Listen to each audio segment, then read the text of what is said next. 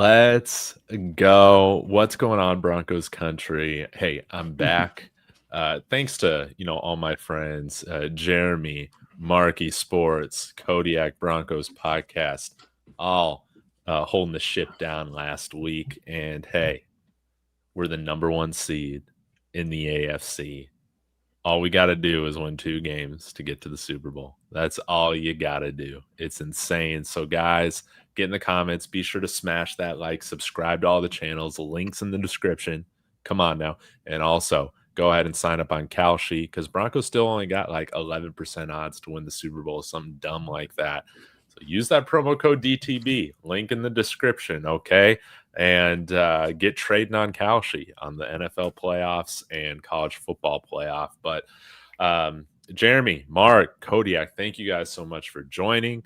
And chat, we'll see you in here soon. But let's go ahead before we kind of turn the page to the playoffs and talk about all that. Maybe talk a little bit of a little regular season recap. Maybe just your first takeaway or one big takeaway you have from the Broncos 19-3 victory yesterday. We'll start with, how about we start with Mark this time and we'll work our way around. That way Mark doesn't have to follow Kodiak. Yeah. Well, my takeaway, man, is that was more vanilla of a game plan than even the preseason games. It just is what it was. People are not going to like it. Should we have performed better and looked better? Yes, but I put zero stock in every aspect of the game. The only real concern that I had was the injuries. Luckily, we had the 2 main guys come back. We'll hear about PJ Locke, but Forsyth and Bowles are good to go. That's all that I was really worried about. The offensive line really looked like they struggled, but again, they've earned a pass in terms of how they've done for the whole year. But if you take anything about that game and you make it you attack it as if it's going to mean anything for the postseason, I think that's an incorrect notion. Again, it was frustrating. I just wanted the game to end, and I'm glad that it's over and we can move on. But yeah, definitely nothing about this team in terms of overall. But hey, man, overall it was great. A win's a win. That's kind of become the mantra, hence the thumbnail. I called ourselves the Denver a win's a win Broncos. I think that's kind of how we're rolling, and we'll take it, man. And I'm super pumped. We could not be in a better position than we are. No possible way. Being the number 1 seed is the best way and the best odds to get to your ultimate prize of winning a Super Bowl. So all is well with me. Dude, I agree, man. I agree. Kodiak, who was at the game, all right. How was it? And yeah, give us your takeaway from yesterday's victory. Well, to answer your first question, it sounds like the crowd and the defense, it sounds like they wanted the number 1 seed. But my main takeaway from this game is that we are the number 1 seed. I know that's very Belichickian, but my takeaway is we're the number 1 seed in the AFC. That's my takeaway from this game. If you're going to look down the list and look at the other takeaways, I think a lot of people would have wanted us to play better, like Mark was saying. And, yes, vanilla game plan. Operationally, I didn't expect it to be as messy as it was. I did put out a film review on my channel. It doesn't mean a whole lot, but there is teaching tape. I think a lot of local guys, they wanted the Broncos to have some teaching tape for the playoffs, and they got a lot of it. Trust me, I did a full film review, and they got a lot of teaching tape, particularly on the offensive side of the ball. I think the offensive line just had a very, very bad day. But once again, they've earned a pass, and you know what? Zach Strief, we know that he is one of those guys that during these sort of whatever kind of games, he'll be like, all right, try out something new. We'll experiment with all these new techniques. All that's pretty valid, especially because Forsyth and Powers do not have any chemistry together whatsoever. You could see that on the football field. But yeah, either way, I'm just kind of ranting at this point because I know that my segment or section of what I've been talking has been mostly talking about our failures, but we're the number 1 seed. The defense is back. The defense generated some takeaways. That's all I'm saying about, sometimes you need to go to the bar and make out with a 2 or a 3 to get yourself feeling good again. And I feel like that's what the defense did yesterday. Perfectly said. Hey, before we go to Jeremy, I got to ask you, man, what was kind of the opinion of, people around you at the game with what was going on, man? It was a lot of it was the sentiment on Twitter, except amplify that and have it screaming in your ear from people that are 10 rows away from you. Like, I think people were starting to call Sean Payton Mr. Screen or something like that. I think a lot of people were talking crazy about our running backs, like, oh, Tyler Beneda, RJ Harvey. Somebody was like, oh, it's a good thing Bo overthrew RJ Harvey in the red zone because he would have dropped it. So yeah, all those people at the games, like, I understand it. I understand. Once again, it's frustrating. Do you want to play like that, execute like that going into the playoffs? No. But once again, you got the number 1 seed, okay? In 2 days, I can guarantee that nobody's going to actually give a shit about how we played. I can almost guarantee that everybody's just going to be like, all right, we got the number 1 seed, all's well, ends well. And I agree with that because, once again, you watched not only the Broncos, how many preseason games have we had this year? 6? Probably their 7th preseason game this year. Yeah, easily. Yeah, I agree, man. It's nice to have 6 preseason games. Jeremy, round us out, man. Your takeaway from yesterday's win. You had 3 goals going into yesterday, and it was win, stay healthy, and oh god, no, I waited too long. Win again. Win. Those are good goals, though.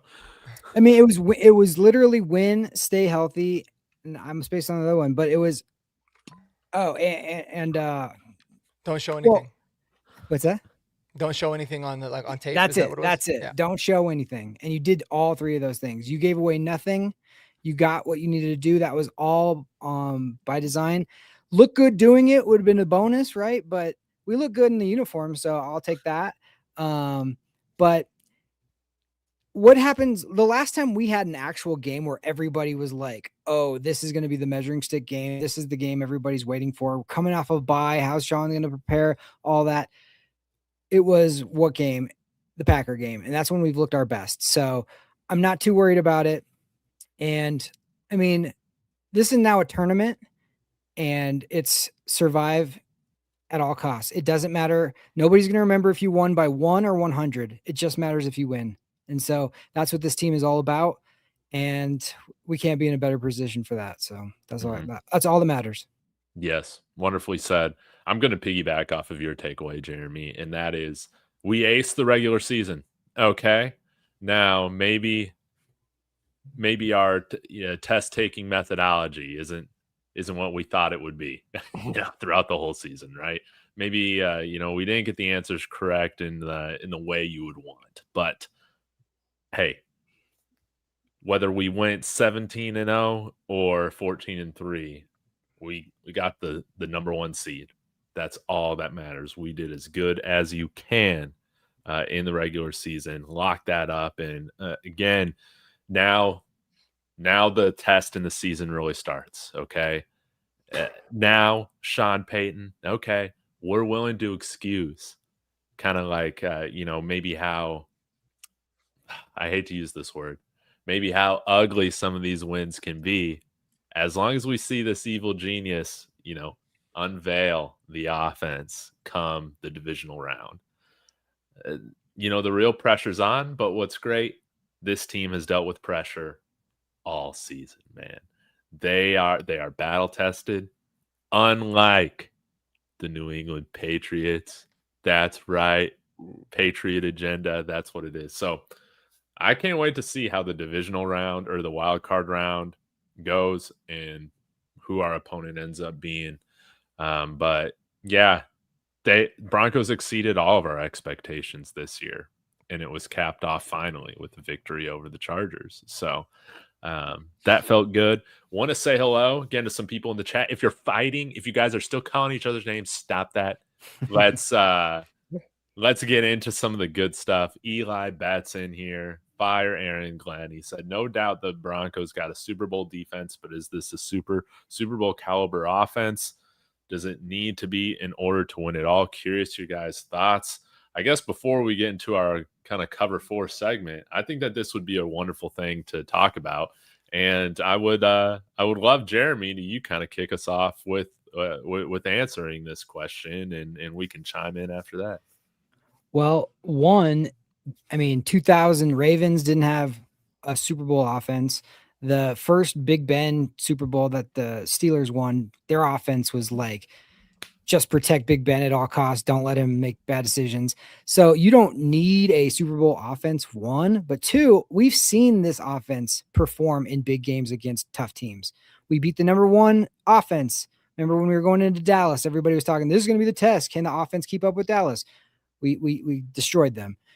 Can this team overcome the number one defense in Houston? Well, in the clutch, what happened? Bo Nix made plays at the very end, got us in field goal range, win the game. We did it. Can they come back against a Super Bowl caliber team like the Eagles? They did that. They scored 33 points in the fourth quarter against the Giants. Like, we outclassed Patrick Mahomes twice this season. In the big game, once in the big game, and then beat him the second time. So like, anytime this team has had a test that they've needed to answer and show, the offense showed up. Now we're gonna get a little like worrisome. Some people will, because like yesterday, the red zone offense wasn't as efficient as we wanted, and those kind of things. But again, we were literally just telling Bo, you could tell, don't do anything stupid. Don't turn the ball over. Don't do anything that's going to result in anything. As long as we don't push this car over 35 miles an hour, we'll coast to a victory and we will win. And that's exactly what they did. And I appreciate the discipline. And that's what it's going to take. A disciplined offense, really good defense, and a good special teams, all contributing, all playing complementary football. So yeah, I definitely think this team's good enough. This offense is good enough for sure. Kodiak, Mark, any other thoughts on that? Yeah, so Eli Betts actually says, no doubt this is a Super Bowl defense. Here's the thing. Coming into this game, I don't change my sentiment just because we beat up on the Chargers backups or whatever. I was more concerned about the defense heading into the postseason than the offense. Okay, yeah. Here's why.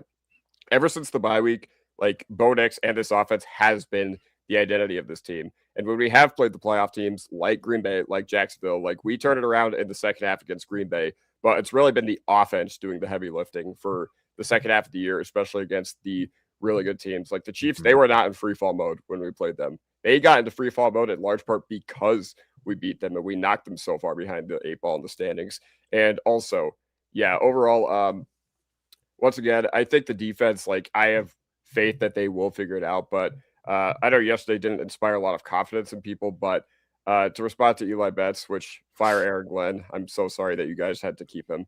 But yeah, overall, I was more concerned about the defense heading into the playoffs than the offense, because anytime we do have an opportunity on the offensive side of the ball to show up, we do in the big games. Under Sean Payton, that's just the way we have been. And yeah, overall, besides Buffalo last year, like in the playoffs, I can't think of a game where the offense has let us down in a big moment. Mm-hmm. Well said. Now, Mark, you kind of alluded to this earlier about maybe some vanilla game plans here down the stretch. Yeah, how do you feel about this defense and offense going into this Super Bowl run, hopefully? Yeah, I mean, I think the defense is been good enough, but they're going to have to be. I mean, they are the identity of this football team, in my opinion. I think we go as they go. The offense has shown that they can, pick up the weight in times when it's needed, but the biggest thing, man, is it comes down to the basic fundamentals. Like when the offense is in the red zone, they just got to score touchdowns, right? They got to be, being good on third downs is always important. Sustaining drives, controlling the clock is all important. But the biggest thing is, can they score when they're in the red zone, and can the defense hold teams out of the red zone? That's how we've won most of the season. And I think that's really what it's going to boil down to. So when they ask, like, do I think the offense is good enough? Absolutely. I mean, I've seen a lot of good from this offense, and I've seen a whole lot of bad. But the important thing is, like, don't have those game-crushing turnovers. And we've avoided those on the offensive side for the most part. It's the reason why we've been able to carry the defense's lack of getting turnovers. This is a really weird team, man. Like, we're the leaders in the NFL in sacks again. We broke our own franchise record from last year in sacks again. All the metrics show that we're really good defense, but we had a franchise low, the lowest in Broncos history, 4 turnovers in a season. And that's weird, right? Like, it's never happened. So it's like we break a lot of really good records. Like, sacks are very good. They usually mean turnovers. But we also broke a record for least amount of turnovers in a season. So that makes me think, like, it makes me very optimistic, because we've been able to win 14 games not forcing turnovers. Man, if we just flip that a little bit and we become a team that starts to take the ball away, we're not losing in the playoffs, unless we also give the ball away a lot. So Mhm. there's a lot of things to be positive about, but I do believe in this offense. The running game is always going to be a little bit of a concern, but I think it's been good enough if we're able to just sustain drives and keep doing what we do and kind of ride the course. I don't think we need to try and switch so many different things up. If it's been working, it's been working. Mm-hmm. Jeremy, it looked like you had a thought that you wanted to say. I was just going to say, is that turnover differential or is that turnovers No, total? turnovers total. We had more than 4. No, we had 14. Did I say 4? Okay. Oh yeah. Yeah, you said 4. I was like, I think it was 14, but I do know, and I did want to check actually before that to make sure, because it might have been going into yesterday's game. No, we finished the season with 14 turnovers, so we went in with the lowest in franchise history, and we had it, and it ended up being the least ever. Yeah, we had 10 picks and 4 fumble recoveries, but yeah, still wild. Wow. Okay. Yeah, I don't know. We've seen Eli Manning win 2 Super Bowls. Okay. You don't exactly need to have an offense that lights the world on fire. But Mark, to your point, man, don't turn the ball over. I think that needs to be the number one priority. Unless we play the Bills, I really don't know if we'll need to play a shootout until who knows? Who knows, man? These NFC teams, I know we got some Seahawks fans in the chat. I mean, they got dynamic on fire offenses, man. So yeah, you might have to open things up against opponents like that. But I mean, I still would not be surprised if the Broncos play tight, low scoring games here in the playoffs to start. As long as it's not Buffalo.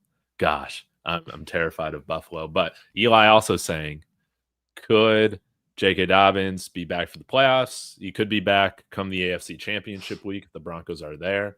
Do you ride with Harvey when he comes back? We'll get into that. But I say, hey, J.K. would really help this red zone scoring, and we might just have to only survive one more game without him, and that would be huge. But yeah, guys, let's open this up a little bit, get into some of the different topics that we wanted to talk about, guys. We're kind of going with the cover 4 segment here. So all 4 of us will have a different thing to kind of generate some discussion or debate.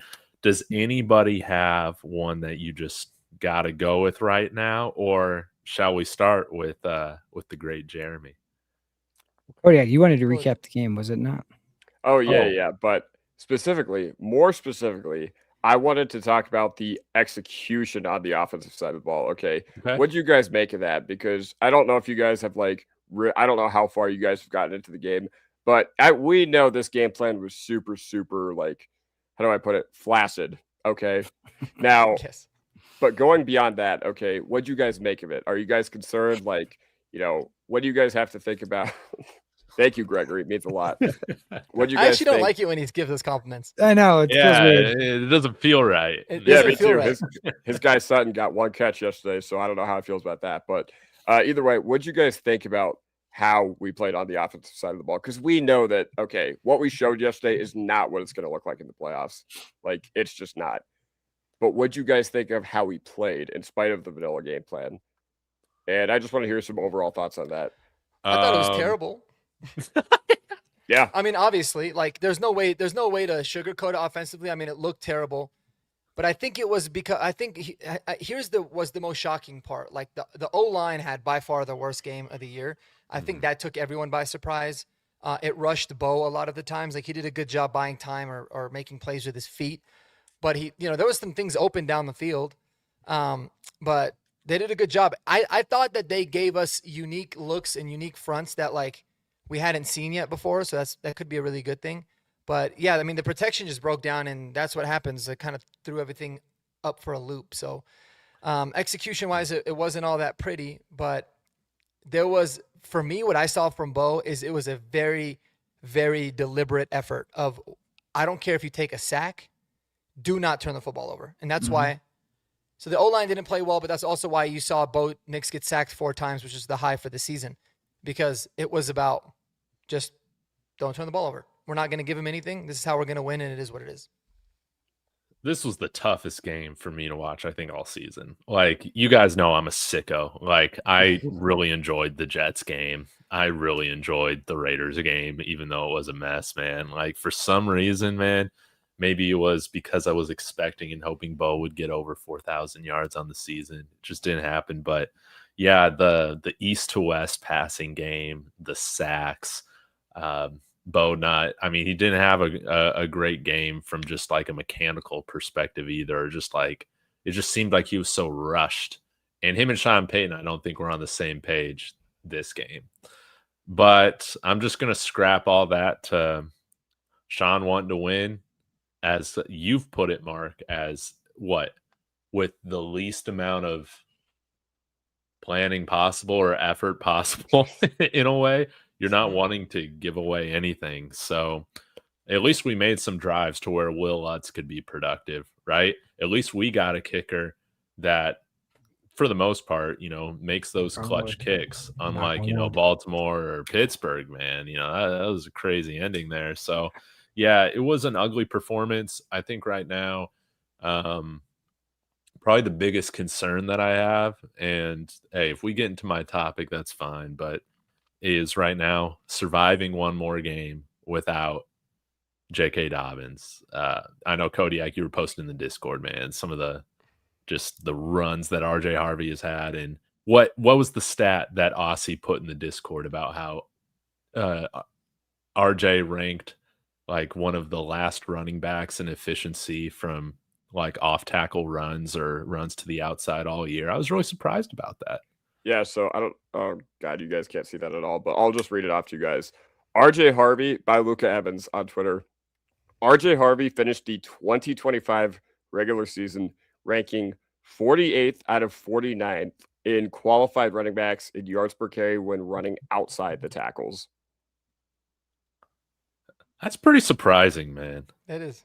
Well, that's because they have so coached him to stay in, and he does not want to bounce, even when he should.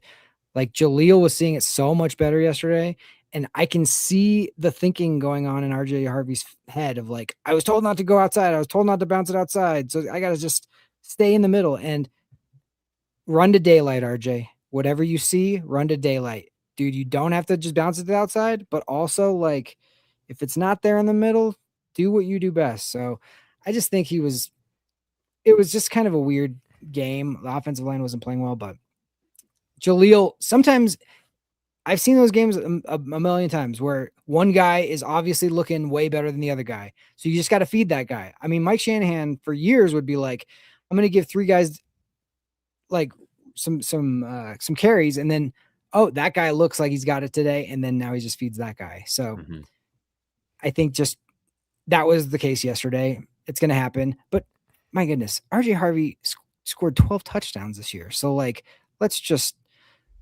that's an amazing thing that nobody was expecting. I don't think so.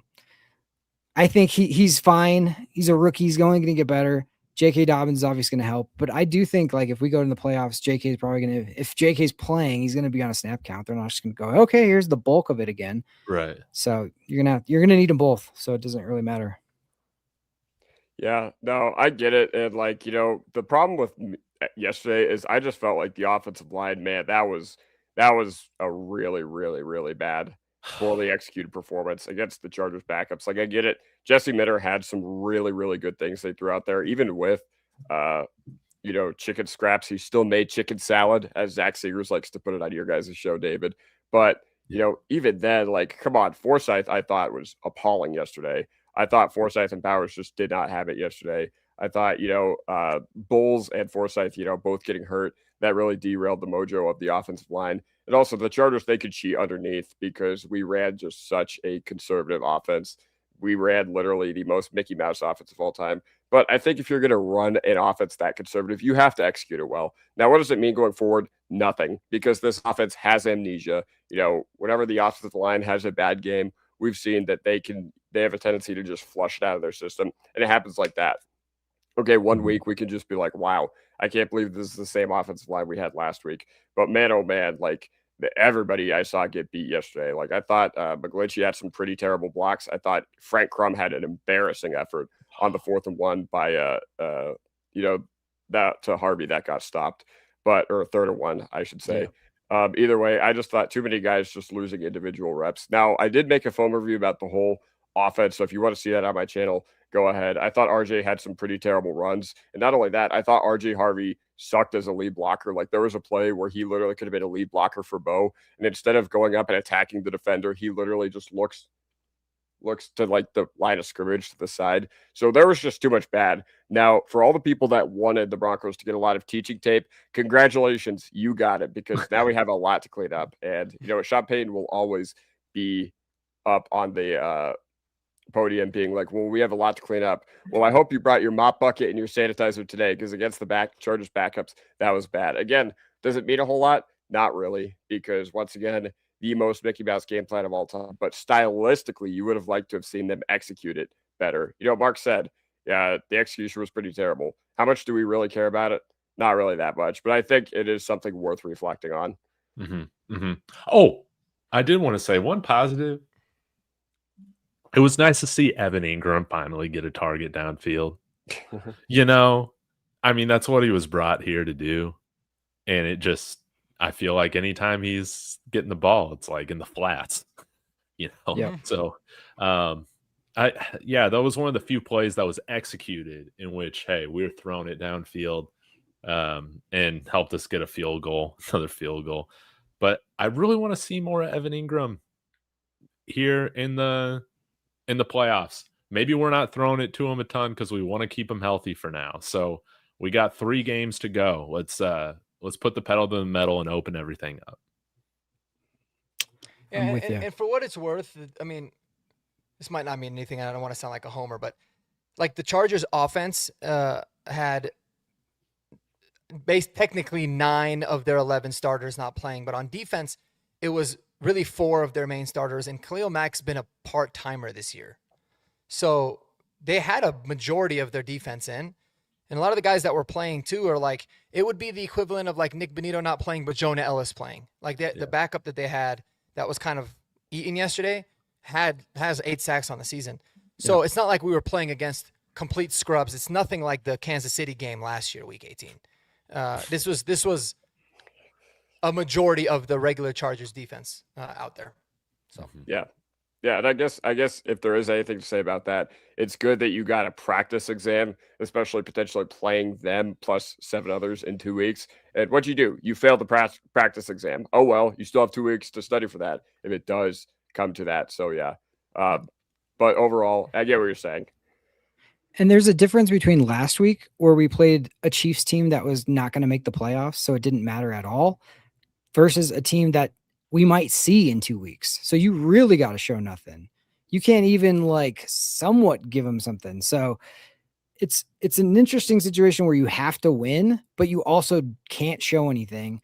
And they're trying to do everything to spoil it from you. So you got to just look at the context of the game. That's what the context was. And they handled it. They still won by 16.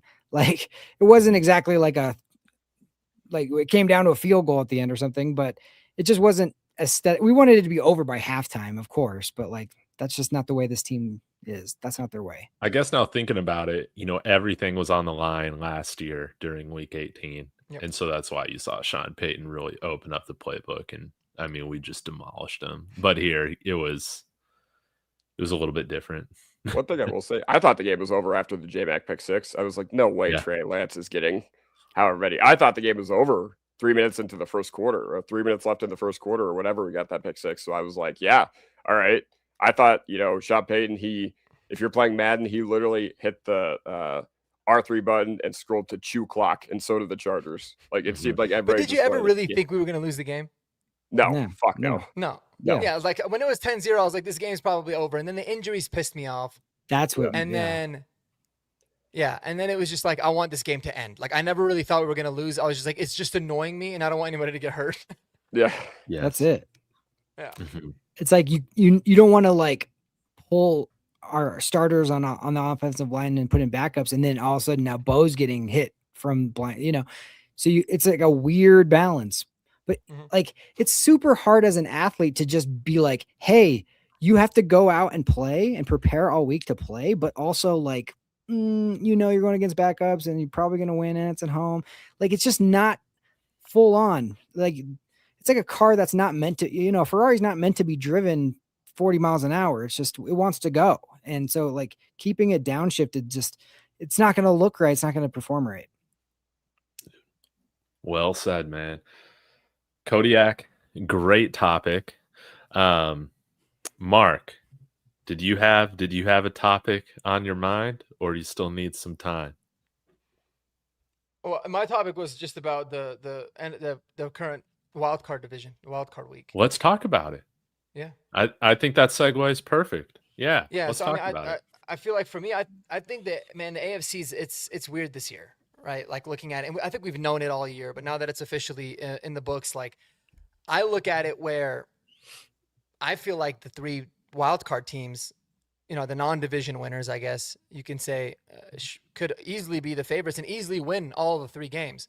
But then again, if you said that all of the home teams were going to win, that wouldn't surprise you either. Like, it's so out there. And I think a lot of it is going to be matchup driven. I think weather is going to have a big impact on one of the games or not. But I'm curious, first of all, what you guys' thoughts are. We could talk AFC and NFC, but obviously probably mainly AFC, in terms of what you think is going to happen. And then I'm curious as to, like, what your ideal scenario would be for the Broncos as well. And David, we can start with you. Yeah, well, let me go ahead and pull in the playoff matchups next week. I'm just going to read these here on my phone. So in the AFC, we have the Bills playing Jacksonville. We have the Chargers playing the Patriots. And we have the Texans playing the Steelers. So what I am hoping is that by some miracle of the football gods, we get all hosting teams winning their games. It's hilarious that that's a miracle that the hosting teams win. I know, Yes, right? That would be phenomenal. Because the Steelers, man, I don't see them beating the Texans, but who knows? Maybe Aaron Rodgers has another amazing performance, right? A legendary performance. But out of, like, all the teams, dude, I want to play Pittsburgh. That's who I want to play. I think we can absolutely beat them. Now, in terms of the NFC, you got great matchups. Rams, Panthers. I'll be cheering for the Panthers because they're who I want us to play in the Super Bowl. Again, with Santa Clara, Super Bowl 50, everything. Plus, they're the worst team in the NFC playoffs. So, I mean, no shame in saying it. Bears and Packers. I think the Bears get it done, man. I'm a bit of a homer, but I'm going with the Bears. And then the Eagles and 49ers. This is a type of game that Kyle Shanahan drops, dude. And the Niners just. I agree. I just don't know what version of Philly we're going to get. But I'm going to go with Philly. His record against Vic Fangio is, like, wildly bad. Really? So, really? Obviously, that narrative can change. But, yeah, from what I saw a couple articles talking about it, and, like, he struggles a lot against Fangio and Fangio-style defenses. Amazing. Well, I'm going to go with probably Eagles to win there. But, yeah, all that to say, I've oscillated or rotated, I guess, I don't know, between the Chargers and Bills on, like, the team that I don't want to play the most. I don't want the Broncos to play the most. And yeah, I guess I'll go right now. I'll stick with it. I don't want us to play the Chargers, man. I don't. I would rather have the Bills and Josh Allen come in here. I know that sounds crazy. Really? Yeah.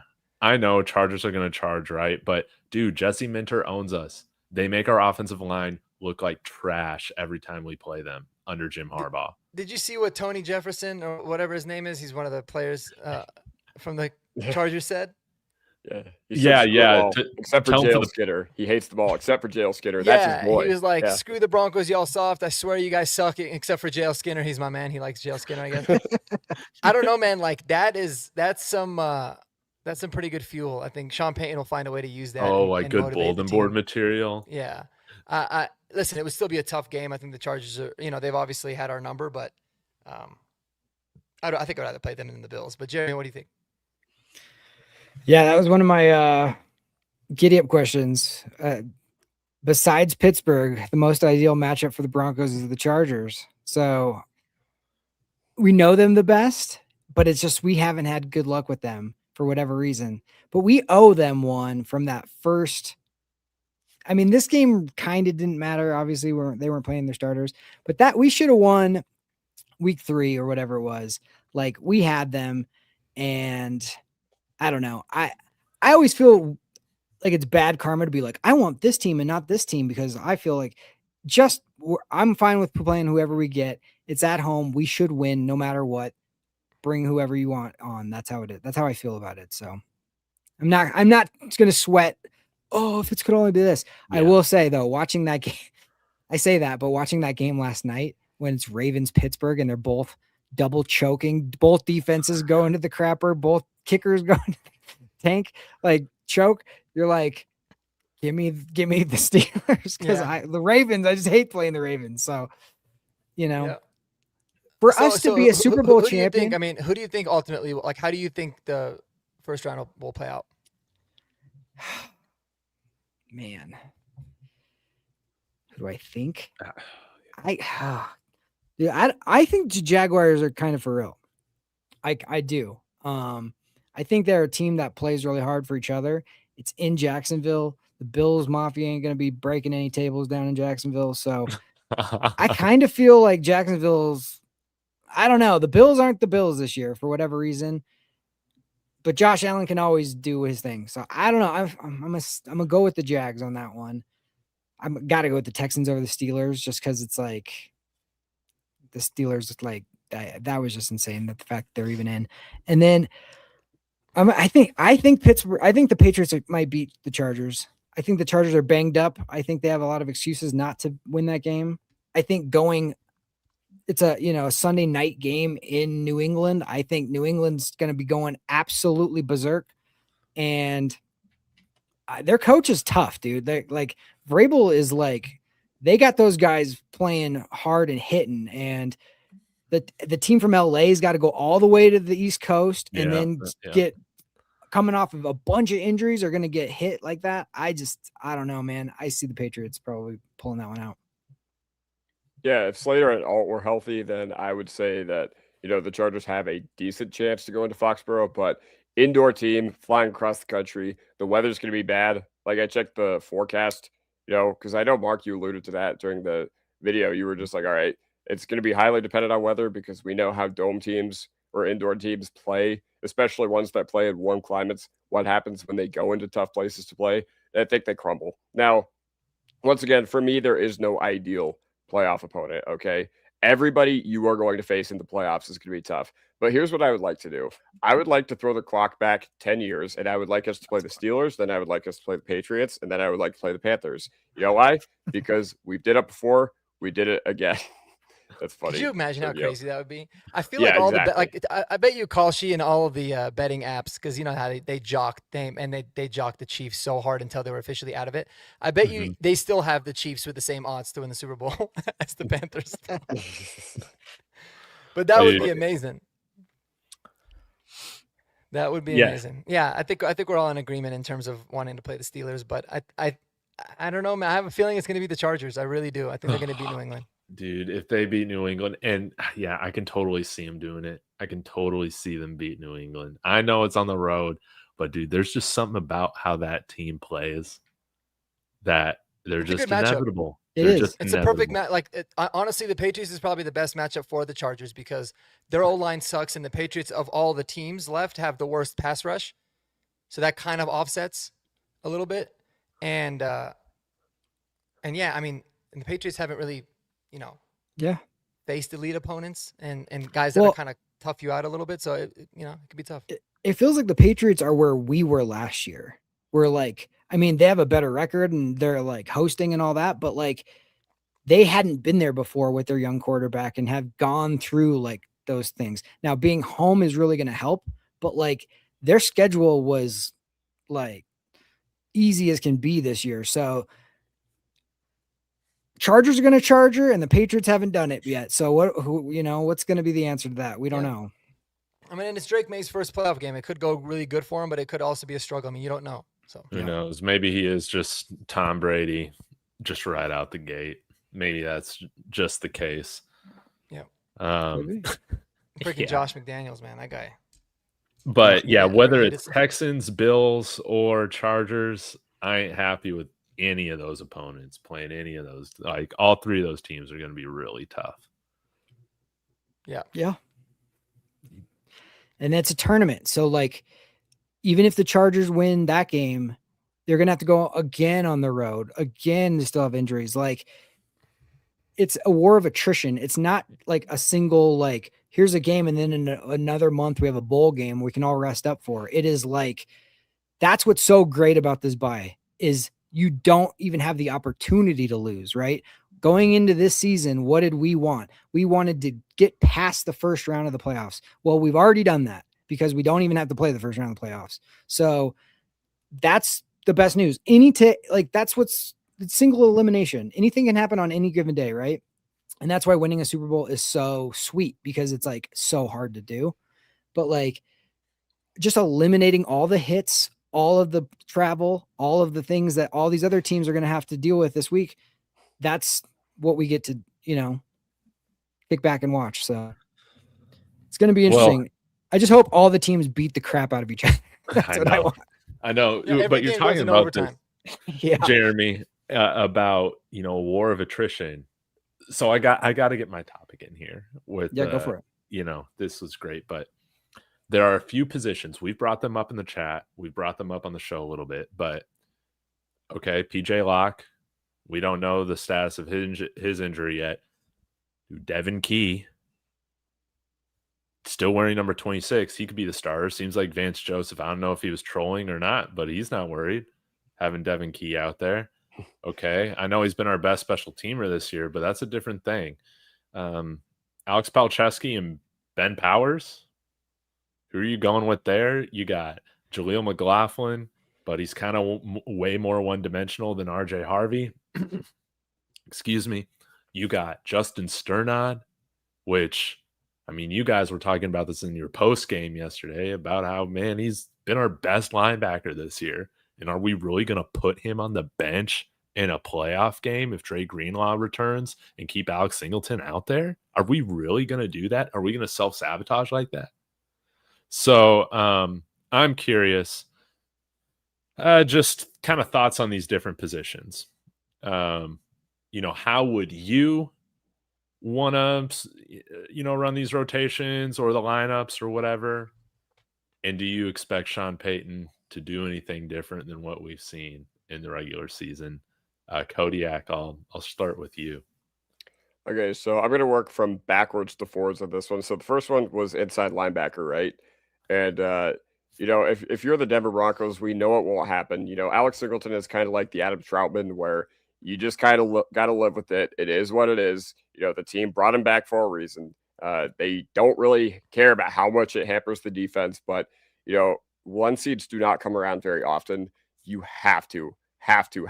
Well, if I was in the building, I'd do this. You have to start Greenlaw and Sternad. Like, you can't mess around with this, okay? You don't know when you're going to be back. Okay, think about the Lions and the Bengals, all the teams that said, oh, we'll be back. You cannot get beat because of your single biggest liability on the defensive side of the ball all year long while you have a clear answer to that problem. Not to say that Sternad and Greenlaw is going to magically solve everything, but Singleton has been the Achilles heel of this defense and will probably continue to be in the playoffs. So you cannot mess around with that. That's priority number one for me. As far as left guard, Palczewski or Powers, I mean, Powers has still been there, done that guy. I still think, I have not really been impressed with him ever since he came back. I thought he did not play well yesterday, but I'm still just not ready to pull the plug. I don't think that's wise in the playoffs. If something were to happen to him in the playoffs, which knock on wood, you could at least take comfort in the fact that you have been there backup in Alex Palczewski, which is great. But once again, Powers is your starter for a reason and will continue to be all year long. Now, as far as what you do at the running back position, man, you got to give Jaleel some more run just because, Harvey is a great playmaker, but down to down, I think he's just been far too inconsistent for a team with Super Bowl aspirations. And Jaleel has ran hard, given his opportunities. I think, there's a reason Jaleel was inactive for most of the year until something happened to Dobbins. And I don't think the coaching staff is invalid. I didn't think Jaleel McLaughlin was that good last year. But, from what we've seen from it this year, he's hungry. He wants to get out there. And I've been impressed with him whenever he has ran. But safety spot, we should probably make an addition there. Like, he said that he wasn't going to be losing any sleep if Key had to start. I think he's kind of BSing on that. Okay. I think if Key were to be starting our first playoff game, I think he would need a lot of weed and melatonin to sleep. So I think he's completely BSing on that. Now, I don't know what kind of washed safeties that can lead to go to a playoff run they're out there, but remember, Eric Weddle started for the Rams during their Super Bowl run because they basically ran out of options. So curious to see what happens. Justin Simmons is not happening much to the dismay of the fan base, but yep, those are all my thoughts on those. Great point about Eric Remember Weddle. Shiloh KO? You can pull a Shiloh KO. Yeah, hopefully he does. Hopefully whoever we sign doesn't get a DUI 2 days after we win the Super Bowl either, like KO did. Hey, Oh, I forgot about that. after. I remember It's after. he tweeted Wade Phillips, and then they ended up signing him because he tweeted him. Yeah. KO made that huge like onside recovery in the AFC Championship. So Yep. Oh, that's right. Yep. Yeah. And I remember he got the pick in the last regular season game against the Chargers. I think something happened to Stewart, and I think KO ended up coming up big with the pick. yeah, so he contributed. Okay. Maybe Devin Key's that guy. Jeremy, man. Any particular thoughts on these positions and how you would want to see them play out here in 2 weeks? I mean, the biggest one for me is Stranad. I don't care if he starts, but he needs more snaps than Singleton. Yeah. So, like, they might give Singleton the start because it looks like better, I guess. But like, I'm telling you, Sean needs to be very, and I think he is, but I think he needs to be very aware of like how each guy is looking early in the game. And then if somebody seems to have it more than another team, like lean into that. All these guys need to prepare. Powers and Palcho both need to prepare like they're starting. Like RJ and Jaleel both need to prepare like they're getting the bulk. Key, whoever the safeties are, same thing. Like, and Sean needs to be able to get his finger on it. Don't be stuck. Like this now is not the time to be stubborn. Like now is the time to be smart and go with the hot hand because that can win you and lose you football games. Well said. Mark, finish it off for us. Yeah, I mean, I think I feel a little bit differently about this than most people. I mean, I'm never in the boat of swish things up. Like it's been working, you know. We won 14 out of 17 games in the regular season, and whether we like it or not, I can assure you, unless Alex Singleton gets hurt, he is going to play the majority, whether Greenlaw's back or not. He's the green dot guy. It just is what it is. The Kodiak said we have to kind of deal with that. It is what it is. You still got to find packages and ways to utilize Justin Sternat to strengths. No doubt about it. It'd be nice. It's always nice to have an extra linebacker than less at that position. I don't think you can really change up all that much. The mojo of the team, he's a team captain. They obviously love him.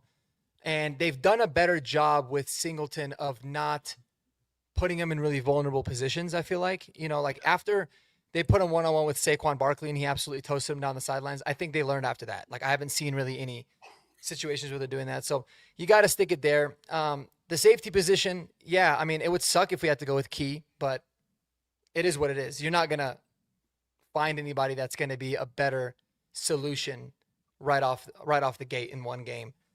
So we're just going to kind of hope we, pray that Devin Key plays well. I will say I like Devin Key's like size and length more than PJ Locke, if that means anything. But obviously with PJ, you know what you're getting. And then the running back position, I think that we need to roll with RJ Harvey and have Jaleel be the change of pace guy. That's just how I feel. Like if RJ's hot and he's getting going, yes, feed him. But you got to keep rolling with RJ. He's made too many big plays for you. Is he a perfect running back? No, he's got a lot of growth for sure. But I think that he's got the most 3-down running back upside. Whereas Jaleel, it's like he's on the field, he's getting the ball. So it's a little bit too much of a tell. So I don't think you switch up too much. But here's what I'm curious about. Last year, everyone kind of went up in arms, right? Remember, we deactivate. We made Audric Estimate inactive for the game and brought up Tyler Bidet, right? So, what do you guys think about activating A.T. Perry for the playoffs? Oh, Don't even. you don't and tempt me with a good Tyler time. Bidet inactive. So we flip it. We're like, no, you're not playing this time, Tyler. We don't need you. And you deactivate him. and A.T. Perry gets his first elevation in the playoff game. Oh, So you're my telling God. me we roll with 2 running backs and 6 receivers? Okay. Yep, Okay. exactly. Is Marvin Mims your RB3?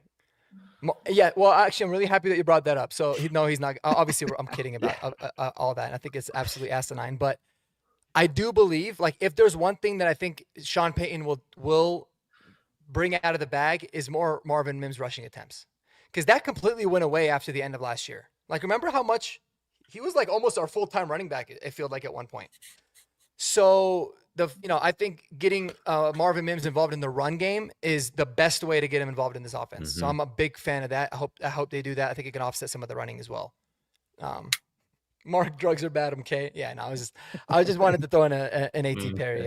Yeah, Perry we gotta talk about it. It's not going to go away until at least next year.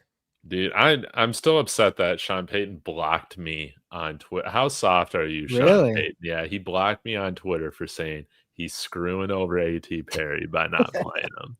He blocked me. I didn't. It would curse. be funny if he I didn't activated say him and then unblocked you afterwards. nothing. Yeah. It's Hey, like, oh my Sean gosh. Payton, come on now, man. I've defended you since you've been hired here, aside from A.T. Perry. Aside from A.T. Perry. Come on now. All right. Well, we got 5-10 minutes or so. Jeremy, wrap us up with some, not would you rather, giddy up or hold your horses. Let's get to it. Okay. I'll just, without thinking, David, the game I'm most excited to watch this weekend is Bills Jags. Hold your horses.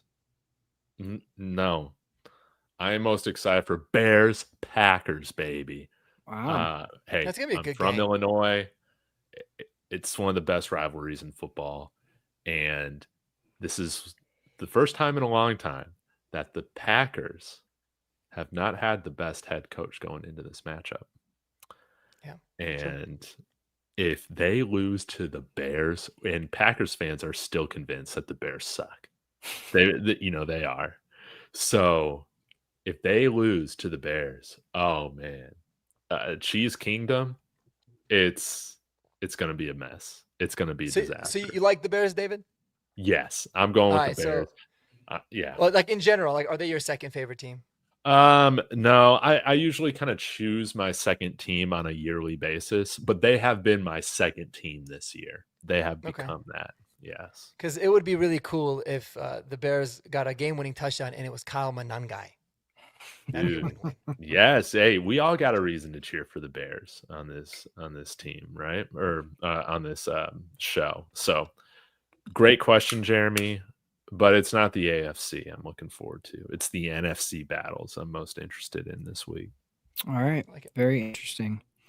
Let's go, Kodiak. The lack of red zone success this past couple of weeks from the offense worries you.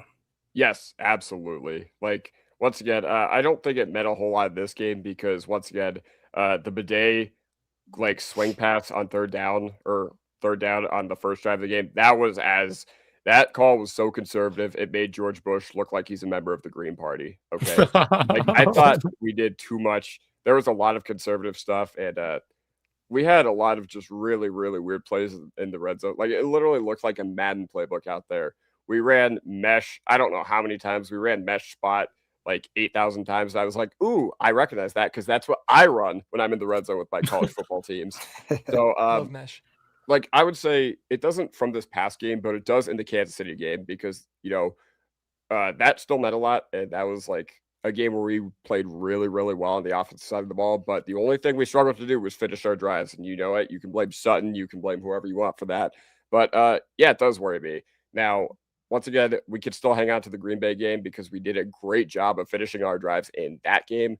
So that's why I think that ultimately we will be fine because we have had a lot of these, how do I put this? Games that are largely inconsequential, unless we did something to like really, really messed up. But I would say, yeah, hold your horse or giddy up. I think you gotta take a real long look at our red zone the past few weeks, and you gotta just determine what's wrong with it. Yeah. Yep, and they got 2 weeks to do it, so I think they will for sure.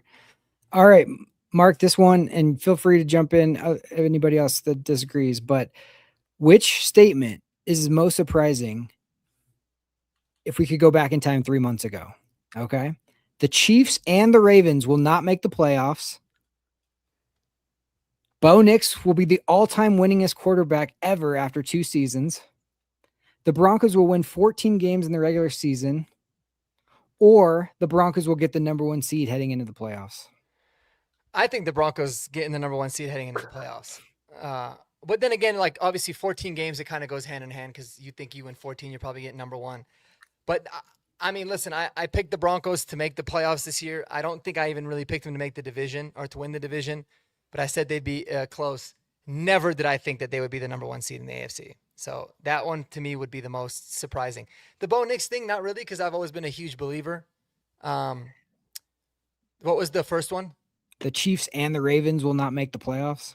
Yeah, that one, it's obviously surprising, but you think to yourself, man, those teams are 1 injury away from not making the playoffs, right? I mean, and it didn't end up being because Mahomes got hurt, but eventually that ended up happening, and then Lamar Jackson didn't play most of the season, so I don't really think he's all that good anyways. I know we've talked about that, but in general, that wouldn't have surprised me because the NFL is so wild like that. 1 injury and a team can lose. But yeah, the Broncos getting the number 1 seed is definitely the one I probably would have been like, I don't believe you.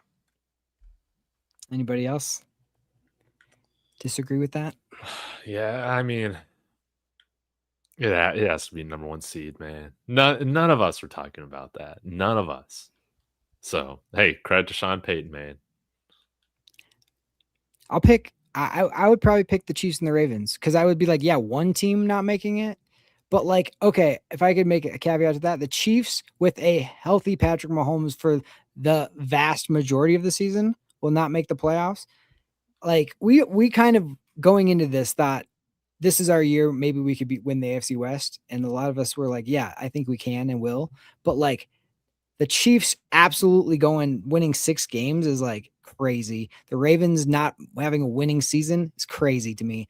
Like to me, it was like before this season, it was like, who are our 3 biggest threats? It's Chiefs, Ravens, Bills. And Chiefs, Ravens are not even in it. Bills are a wild card, have to travel their whole playoffs. So like, it's just, that's wild for me. I just did not, I mean, it just goes to show you how this NFL is structured. And we got so used to seeing certain teams in it for so long, but it's this draft from last year. It's these quarterbacks, Caleb with the Bears, Drake May with New England. I mean, we saw what Jaden did last year. Bo Nix is now for 2 years in a row. Like the new era of the NFL is now officially here, in my opinion. It is, man. It is. Chiefs fans are going to say the NFL will regret not having Mahomes in the playoffs. Oh, please. Oh, please. The NFL is bigger than one player or team. They are a machine. And who wants to watch, a bad Chiefs team when you can watch the Denver Broncos, baby? You can watch the Denver Broncos go win a Super Bowl. Guys, thanks so much for joining. This was a fantastic show. I appreciate the kind words, man. There are a lot of great shows out in Broncos country. And this has become, I don't know, really, really, really, really fun since we ever started doing it. Here's all I know. Since Horsepower Hour has been on the air, the Broncos have won the AFC West in the first seed in the playoffs. That's it. Yeah, Coincidence? We figured it out. I don't know. I think not, sir. Yeah. You know what's funny? I think the first day we did this, I think that's the day we signed J.K. Dobbins. Don't quote me on that, but I think that's the first day we did this. I think you're right. Back in June. And we were all clamoring for it. Yeah. Man, J.K. Dobbins, get back here. Okay. I have one more thing real quick I want to say. Just to kind of recap where we're at right now. And it's, as a little kid, nobody dreams about being the first seed. Nobody's lifelong goal is to receive a first round bye, even though those things are great. They're an accomplishment, but they're not the ultimate goal. And all they are is an opportunity to realize the ultimate goal. And that's winning a world championship, right? So this team has the players, coaches, and ownership to win a world championship right now. And the last thing you want to do is to look back and wish you seized the moment when it was there. And I'm sure there's players like Champ Bailey and Jake Plummer who look back at 2005 when we were in the AFC Championship hosting it and didn't realize what we had at the time. And that was our opportunity then. And even though we're still paying Russell Wilson and we're ahead of schedule and all those things, our time is right now because we have the number 1 seed. We have the opportunity, the best opportunity to win a world championship, to go to the Super Bowl, right? So, it's time to be great. Be smart right now. Prepare your butt off. Seize the opportunity that's in front of you. That's all I have to say. Love it. Yes, sir. Man, I wish the team could hear that going into the divisional round. That's awesome. Thank you, Jeremy. Yes. What a way, man, to cap it off. And I guess we'll be back next week to talk about who we got in the matchup in the divisional round. Guys, if you didn't know, we do Horsepower Hour where all of our channels come together in Broncos country, celebrates every Monday at 8 p.m. Mountain Time. Be sure to subscribe to everybody's channels in the description of whatever show or stream you're watching. Hit that like and subscribe on the way out. Then go ahead and get on couch. Y'all have a wonderful evening. Go Broncos. Go Broncos, baby.